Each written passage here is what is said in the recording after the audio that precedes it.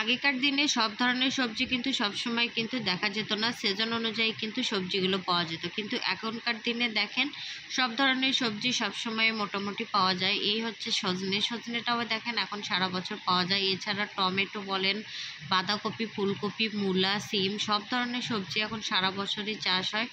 মানুষ আগের চাইতে অনেক উন্নত হয়েছে, সব কিছু কিন্তু অনেক পরিবর্তন হয়েছে। আর এই পরিবর্তনের জন্য আমরা কিন্তু অসময়েও কিন্তু বিভিন্ন ধরনের সবজি খেতে পারি। তবে একটা কথা সত্য যে সময়ের জিনিস কিন্তু সময়ে ভালো, অসময়ে কিন্তু যতই ভালো হোক না কেন খেতে কিন্তু ওই মজাটা পাওয়া যায় না।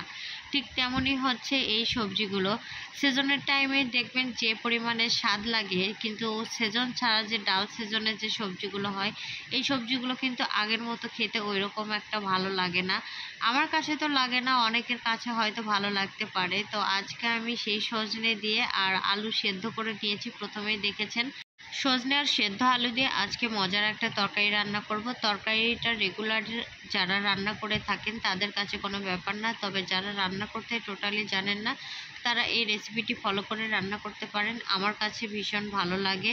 তবে সেজনের যে মজাটা পাই সেজন ছাড়া কিন্তু ওই মজাটা পাই নাই, তারপরেও ভালো লেগেছে। আর এখানে আমি সব ধরনের মশলা কিন্তু কষিয়ে নিয়েছি। আর এখানে আমি পাঙ্গাস মাছ দিয়ে রান্না করছি।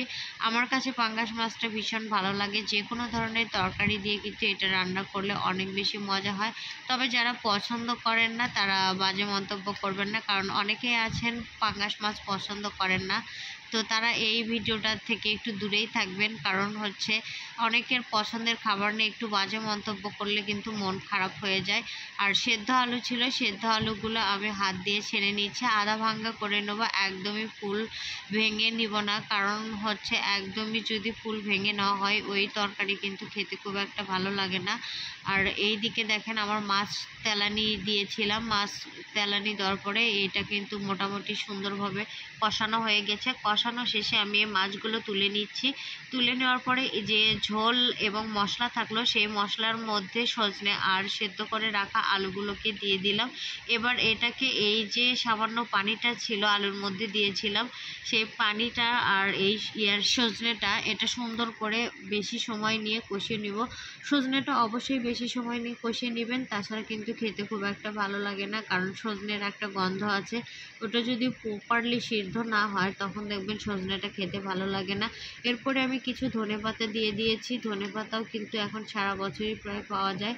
আর সজনেটা সুন্দরভাবে সেদ্ধ হয়ে আসার পরে আমি যে মাছগুলো উঠিয়ে রেখেছিলাম সেই মাছগুলো এখন দিয়ে দিচ্ছি, কারণ মাছগুলো সাথে দিয়ে কষানো যাবে না, ভেঙে যাবে, তাই মাছগুলো সাথে দিতে পারি নাই।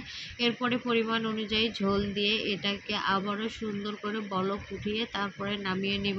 আলুর তরকারি একটু পাতলা পাতলা থাকতেই নামিয়ে নিতে হয়, কারণ ঠান্ডা হলে ঘন হয়ে